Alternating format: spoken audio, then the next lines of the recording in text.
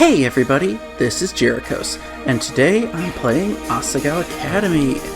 Yes, this is a charming little dating sim game that was actually created where the characters are based off of famous YouTubers.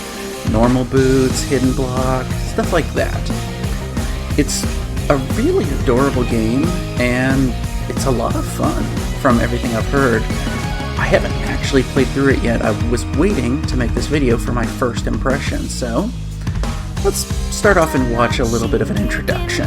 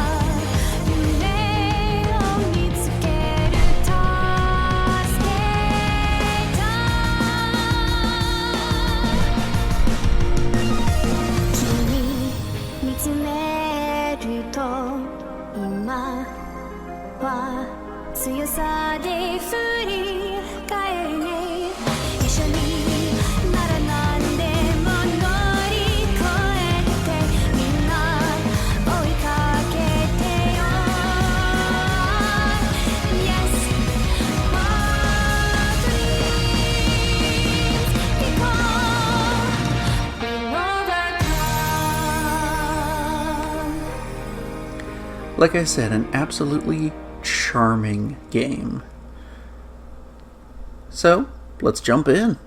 Asagao Academy, Normal Boots Club. Alright, we're just gonna go ahead and start the game. Chapter 1. The train made its way along the gentle curve of the coast of Japan, whisking me farther and farther from home. Oh, whoops.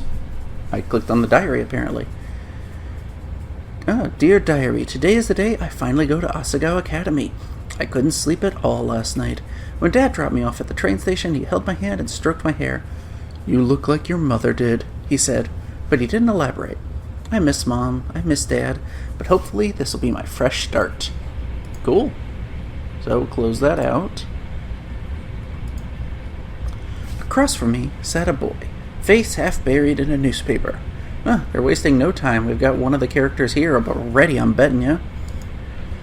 He was deeply entranced in whatever article he was reading and hadn't spoken a single word to me, even when I asked if I could join him in the last compartment with any available space. He shrugged, nodded, and adjusted his newspaper without ever making eye contact. It had been almost an hour, in fact, and he hadn't once looked at me. Devoid of conversation, I took instead to counting the buttons on the pretentiously lush carmine seat cushions. 1, 2, 3, 21, 22, and so forth over and over. Now and again, I turned to look out the window where the trees were blurring by. Sometimes the smeared green would break and reveal the quiet blue of the Sea of Japan. Eventually, this rapidity made my stomach churn, and I went back to counting the buttons on the seat cushions. 1, 2... Oh, this is a fun train ride here. She's getting a little bored. The train compartment shuddered around us. My eyes wandered to the boy in his jacket. It wasn't the school-issued blue that I and the other students on the train were wearing. Instead, it was a green, varsity-like jacket with an embroidered patch poorly sewn on front. Hey, it is one of the characters. So, you're a first year then. He folded his newspaper neatly, set it in his lap, and looked at me with a half-interested gaze. Did he just catch me staring? Oh my gosh, he is sparkling. He is literally sparkling. This is ridiculous. I love it. Now that the paper was gone, I saw his face. He watched me through heavy-lidded eyes. His hair was immaculately groomed, his teeth straight and blindingly bright. There was something about him, the way the light hit him, that made him look like he was almost sparkling? Oh, it called it out. Oh dear. Me? Oh my gosh, I love the laugh. He glanced around the compartment, empty beside us, and laughed. "Oh, no, I'm not a first year, I'm a third year." The train began to slow, metal wheels groaning against metal tracks. The sudden shift threatened to rob me of whatever was left in my stomach, but I closed my eyes, took a deep breath, willing myself to keep it together. What kind of impression would I leave puking on a student before I even arrived at the academy? The boy frowned. I picked at the hem of my cotton skirt. "That's not possible. I've never seen you before." It took me a moment of mouth fishing to find a response. Mouth fishing, that's a great term. It's because I'm a transfer student?" He laughed again. "A transfer student, huh? We don't get many of those." I removed my acceptance letter from the front pocket of my uniform. The paper, heavyweight, off-white, had accumulated creases from my reading and rereading, as if the words might have changed since the last time I read it. The boy took it, studied it, then handed it back to me. "I'll see you around." Okay, yeah, I could definitely tell from the voice that is pro-Jared. I had a feeling that might be. I know that all the different, YouTubers lent their voices to this game, recording lines of dialogue, laughs, and I think it's awesome that they all got involved like that. "Well then, Hannah, I suppose I'll be seeing you around." He smiled at me as he picked up the suitcase lying next to him. By the time I hiccuped a response, he was already gone from the compartment. I stared out into the empty hallway of the train. It was then that I realized, having gotten it from my acceptance letter, that he, having gotten it from my acceptance letter, knew my name and I never got his.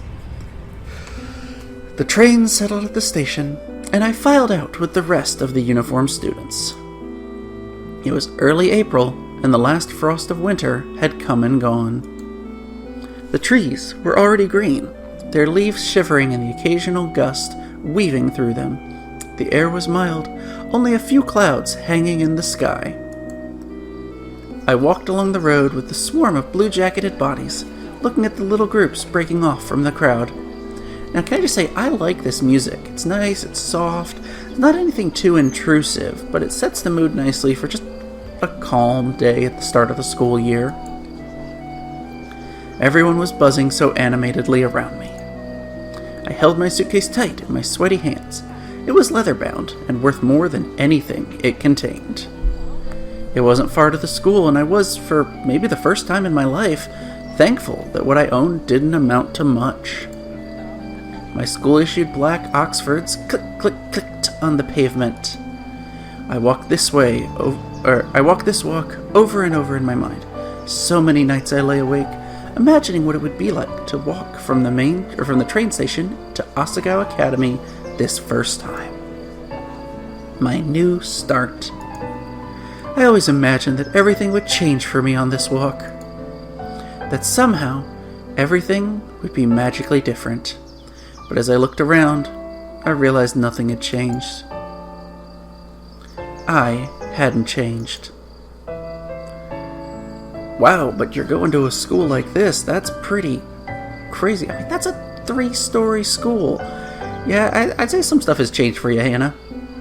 By the time I reached the massive gate to the academy, I forgot all about the disappointment slouching in the back of my throat. The school, framed by the gate's twisting black metal, was just as beautiful as the glossy photos I saw in its pamphlets. This was it, Asagao Academy. I glanced around. The swarm of students gathered around the gate. Beyond it, tiny blue people bounced around the academy's main building. A girl pressed a button to one side of the gate. The excitement in the air was almost palpable. A few moments later, the black gate, with great effort, creaked outwards and cleared the pathway. As the rest of the group shifted into motion, I followed along, a sheep in the herd. My stomach tied itself into knots. The crowd split off in different directions. For a moment, I panicked. A tired-looking man with graying hair called out for first years, a cluster of fresh-faced students gathering around him. Hey, look at that girl. I turned. A few feet away from me, a small group of boys were pointing at me and sniggering. Pink hair? Are you kidding me? How desperate can you get? Hot shame crawled down my neck. I attached myself to a group of girls, following a few steps behind them. In the distance, cicadas hummed in time to my shoes crunching against gravel. My hair. It wasn't my fault that my hair looked like this. Luckily, I found myself at the girls' dormitory, a large sign in the lawn reading, Primrose House. The building dwarfed me in size and sheer intimidation. How many students did Asagao have? As I approached the building, a red-headed girl lingering nearby caught my attention. I think this is Mai. Saw her in the opening cutscene. I looked away, then looked back. She was staring at me. She walked over. Oh, you must be my roommate! I love the voice acting already. I eyed her warily. She was smiling and bouncing in a way that suggested her views on life were akin to a perpetual bouncy castle. Okay, I like the writing in this game. It's very elaborate. Very fun. What? Me? Bingo. Of course, you silly. Let me guess, room 325. I thought back to the paper I received a month prior with a list of all the supplies I needed for the year and my dorm arrangements. Yeah, that's right. She laughed, but I couldn't figure out what was so funny. Was she laughing at me? When I found out my roommate was a transfer student, I knew you were going to be a total main character. I'm sorry. A what? When I saw you outside the gate, I knew it was you. I mean, look at that hair. Okay, I love this fourth wall breaking, how in animes and such, a character with pink hair or some other really distinctive color is often a main character. It's a great fourth wall break. I felt a lump forming in my throat. What was she talking about? She had to be making fun of me. I hadn't spent more than 5 minutes on campus, and I was already being mocked. My hands began to tremble. Is there something wrong with my hair? Her face slackened from its amused smile to a more worried expression. Then she began to laugh again. Oh, no. It's great, I'm sorry. We're getting off on the wrong foot, aren't we? Oh, gosh. I'm Mai Sasaki. You must be Hana. I bowed my head. Hello. It's nice to meet you, Mai. All your school books are waiting in your room with your welcome letter, and I read the envelope. You know, hang on, the music changed. It's a little different, but it kind of sounds like Pro Jared's theme. I'm willing to bet we're going to get, snippets and tidbits of all the Normal Boots theme songs playing throughout here. I hope you're not mad. Mai started walking toward the dorm's front doors. I followed behind like a lost puppy. Did you check in at the front desk already? No, I didn't. I didn't know I was supposed to. Good. They'll offer to have a staff member give you a tour of the campus, but I can show you around. We don't get many transfer students in year 3, you know. Oh, is that your only bag? Just the one? I'm glad I brought an extra bag of stuff to decorate our room with. I started already. I hope you don't mind. But I did wait to string the lights. I thought we could do it together, you know? She spoke quickly, the words bubbling from her mouth, and left me no time to answer until the end of her monologue. Yeah, okay. That sounds good. She held the front door open for me, and I hurried inside. Girls filed up and down the hallway, howling greetings and exchanging vague niceties that were, more often than not, "How was your break?" and "Look at how tan you got." This is a very pink hallway. I mean, like, ridiculously so. It seemed like everyone knew each other. I followed Mai as she led me through the maze of students and up 2 flights of stairs. Each dorm floor looked the same as the last. Narrow white doors lining both sides of the pale pink walls. Thin gold numbers were tacked to the front of each, the numbers rising as we climbed. You're not missing anything with the campus tour, I promise. Mr. Saitomo does them every year and he's like totally dull. He just drags you around the entire campus and talks in that weird squeaky voice of his. I'll tell you everything you need to know. I smiled, trying to let this calm my nerves. Thanks. We headed down a hallway on the 3rd floor. Mai stopped us in front of a door number 325. Here we are. Oh my gosh. Yep, she did already get started decorating. Oh, a poster for Obsession by Elfenstein and Tortured Souls. It's some world tour. Oh gosh. Oh, it's wonderfully ridiculous. A faint smell of potpourri wafted through the room. The walls, like the hallway, were a soft, powdery pink.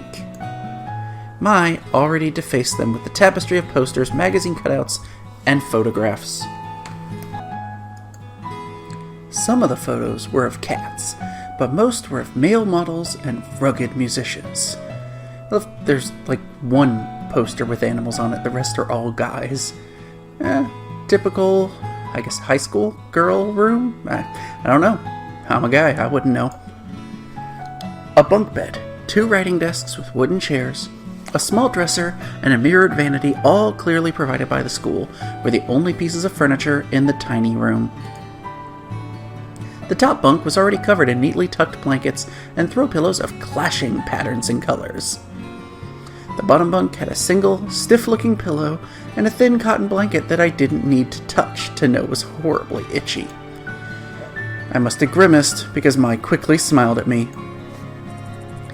I brought way too many pillows and blankets. I always overpack. I went to Italy over break and Mom got really mad at me because I bought 5 bags, but we were only there for a week. She laughed, pulled several blankets and pillows from her bunk, and rearranged them neatly on mine. A sudden twinge of guilt and embarrassment hit me. Perfection. There, that's much better. Thanks, Mai. I placed my suitcase on the bottom bunk and began to unpack its contents. Several changes of clothing, pens and pencils, empty notebooks, a few photographs of my father, a dilapidated stuffed rabbit, an old portable radio, and a small black box. Mai opened the curtains and sunlight poured in. So, where are you from? I slid the now empty suitcase under the bottom bunk. About 2 hours north of here. It's a small town called Amarirusu. You probably haven't heard of it. I set the stuffed rabbit, Mr. Bunny, on my bed beside a purple and teal throw pillow. Oh, did you go to a different boarding school, or... No, I went to public school down the street from my house. Public school? I love how shocked she is. What was that like? Were the students mean? Did you have a lot of friends? I always went to private schools. My parents work a lot, and my dad goes overseas, so I think they stuck me here for convenience. Oh, hey, what's that? I'd removed an ornately patterned origami crane from the black box and was setting it on the unclaimed writing desk. Oh, this?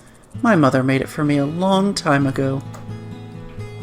I set it beside a stack of thick textbooks, which I assumed were provided for me. Aww. Wow, it's so pretty. I've never seen paper like that before. Oh, yeah, the lights. Let me get them.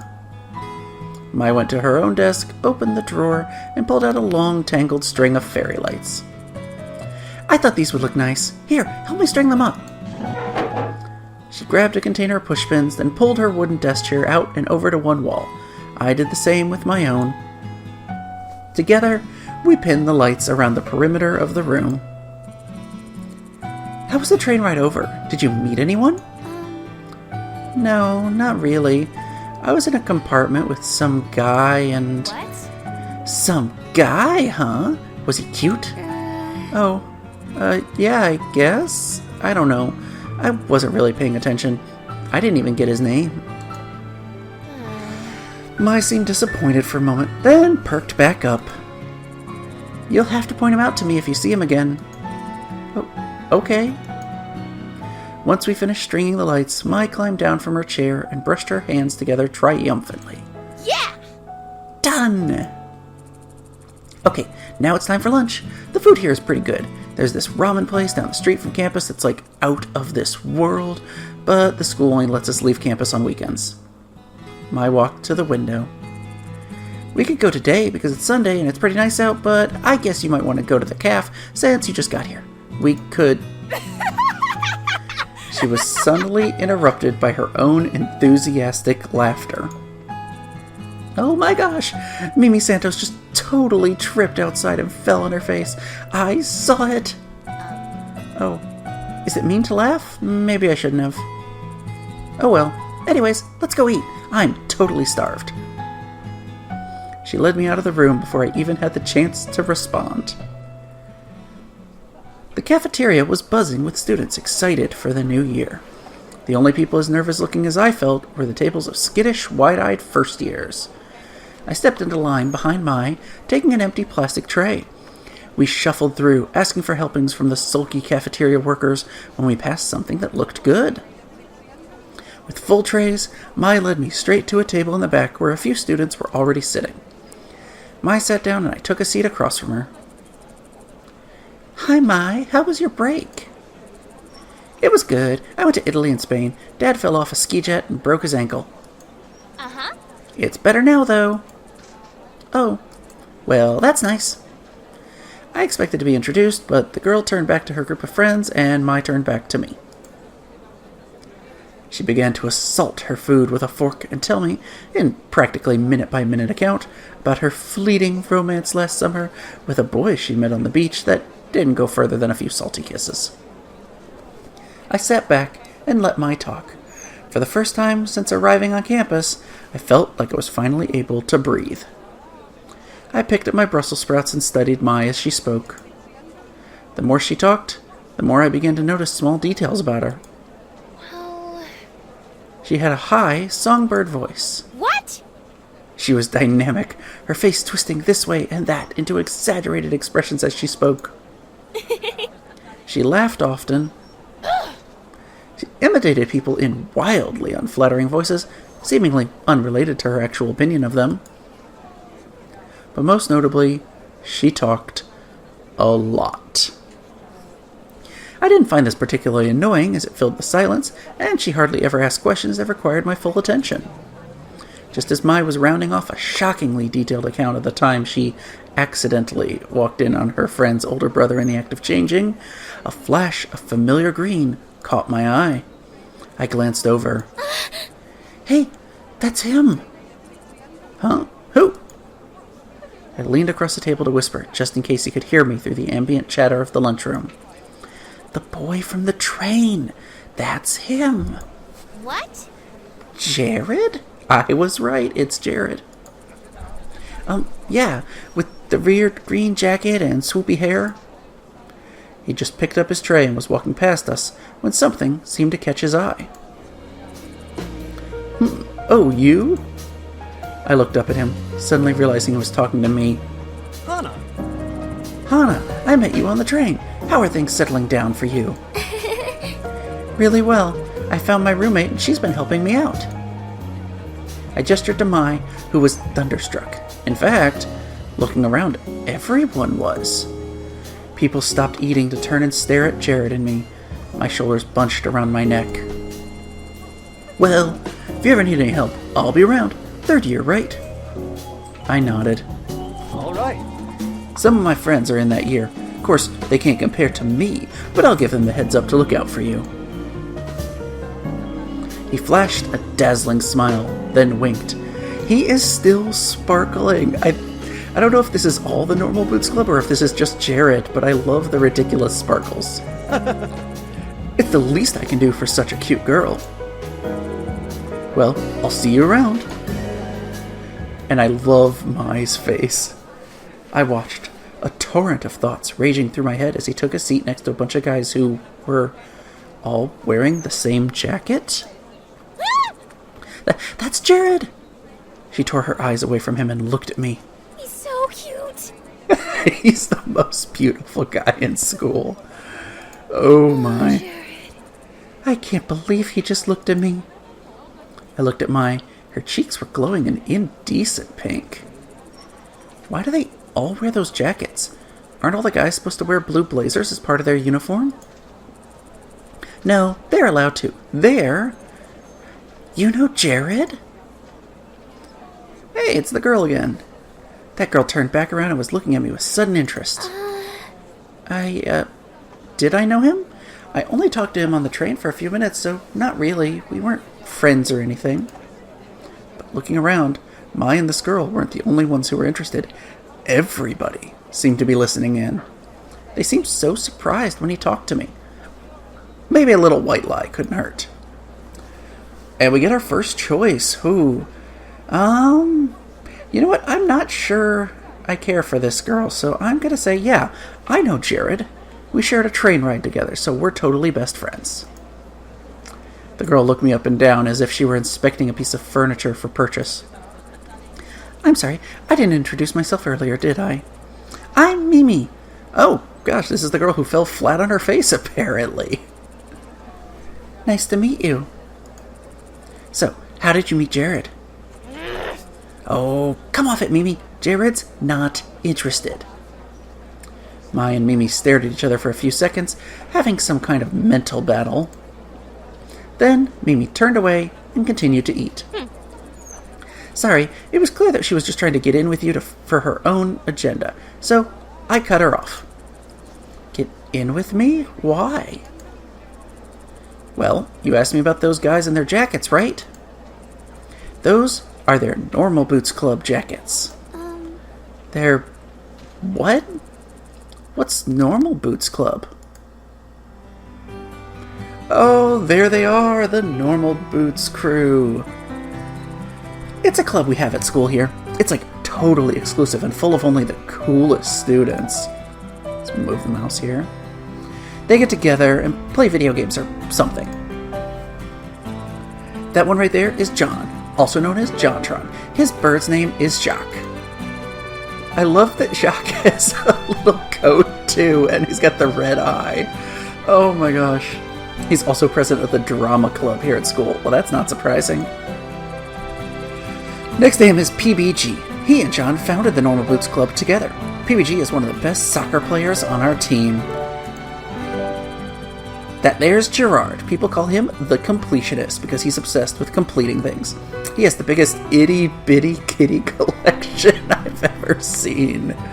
Oh my gosh, I wonder if that's a reference to something I don't know. Oh, that's hilarious. And there's Jared, who's looking at himself in a mirror. And yeah, he's sparkling. Okay, I guess that's just a Jared thing with the sparkles. Next to him is Jared, also known as Pro Jared. He's a model. Oh, of course he is. Then there's Satchbag, but everyone calls him Satch. He's like crazy smart. Those guys over there, Paul, Nick, and Josh. They write a column in the school newspaper called Continue. Paul, the one standing up, is the student council president. And the guy on the end there is Shane. He knows more about video games than anyone, ever. And that is our introduction to the Normal Boots Club. Bunch of fun people from what I've heard in real life, and very interesting take on them for this game. Let's go a little longer. She exhaled a dreamy sigh into her mashed potatoes. So, how would someone, join the Normal Boots Club? You don't choose the boots, Hannah. The boots choose you. What does that even mean? You have to be presented with the boots to be in the club, and they're like super selective. What are the boots? The club has this boot statue. It's like the one on their patches, but it's gold-plated. It's their mascot, I guess. They do this weird initiation ritual with it. Ritual? I hear they fill a room with candles and wear these totally creepy robes during initiation. This year, 2 girls said she saw it once, and they were all like chanting around the boots, and it sounded like they were talking backwards. But I don't believe her. And even if it's true, I don't care if they're a cult because they're all really hot. Well, at least she's got her priorities straight. Do they have a lot of friends? Yeah, tons of friends. I'd say they're the most popular kids in school. I mean, everyone in the school totally looks up to them. I bet they could get any girl in school, too. Or boy, for that matter. Hey, are you going to eat your cake? I shook my head and pushed the plastic tray across the table to her. For the remainder of lunch, I listened to Mai talk about Jared through mouthfuls of half-dissolved frosting. Back at the dorm, I sorted through the pile of textbooks the school left for me. My radio was playing a poppy tune, equal parts music to static. Mai fervently scribbled in a notebook at her desk, hunched over it with strikingly poor posture. Hey! Hey, Mai? She didn't bother to look up. Am I supposed to have a textbook for History 309? She shuffled through the papers on her desk before producing a thick textbook. A demure man in a powdered wig frowned at me from the cover. Yeah, this one.